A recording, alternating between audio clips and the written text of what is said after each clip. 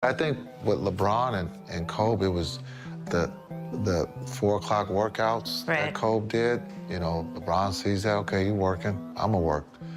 This is 4 a.m. Yeah, 4 a.m. Just to clarify for This the could be people out there. when some of the guys were coming back from the other workout. Yeah, the nighttime, well, for the workouts that sometimes lead to a Waffle House. Liar.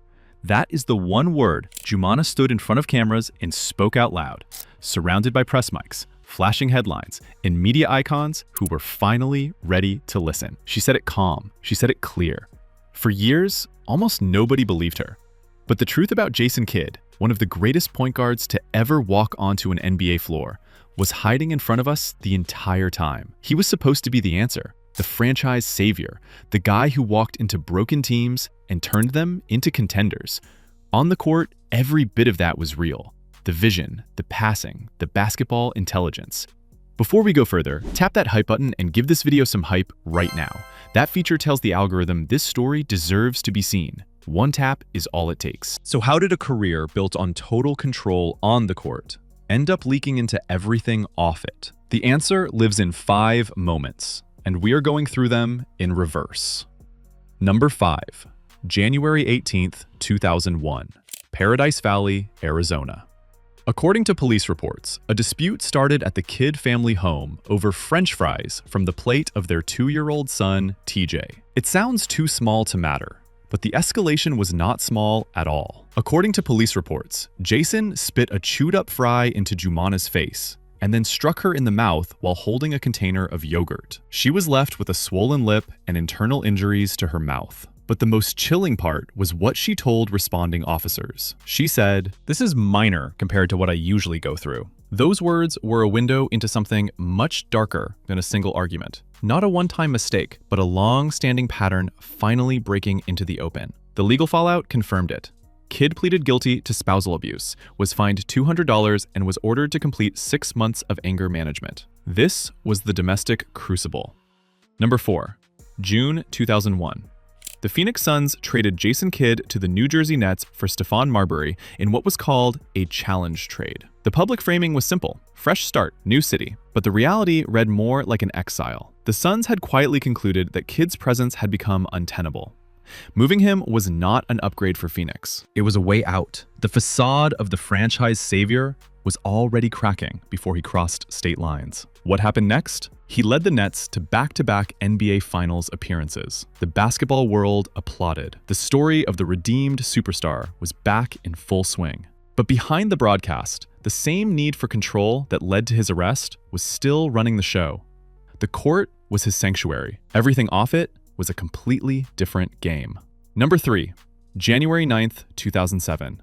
Jason Kidd filed for divorce first, and the timing was no accident. By moving before Joumana, he controlled the opening headline. He cited extreme cruelty and positioned himself as the real victim. His claims were framed around what he called psychological sabotage, meaning deliberately trying to destabilize his career and focus. He claimed that on December 27th, 2006, Joumana used their 8-year-old son to gain entry into the New Jersey Nets locker room and steal his cell phone to read his private messages.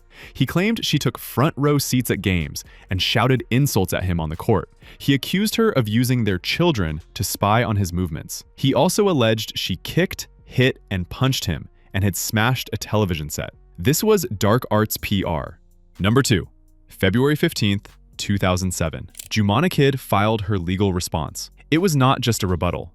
It was a 42-page indictment of his character, and the details inside it fundamentally shifted the public conversation. She alleged that Kidd broke her rib and caused permanent hearing damage by smashing her head into the console of a car. She alleged he struck her with household objects, including a large rock, a candlestick that caused a concussion, and even a cookie. She alleged he kicked her in the stomach while she was pregnant, with enough force to cause blood in her urine. When confronted with the physical evidence, she alleged his response was, "I don't give a f***."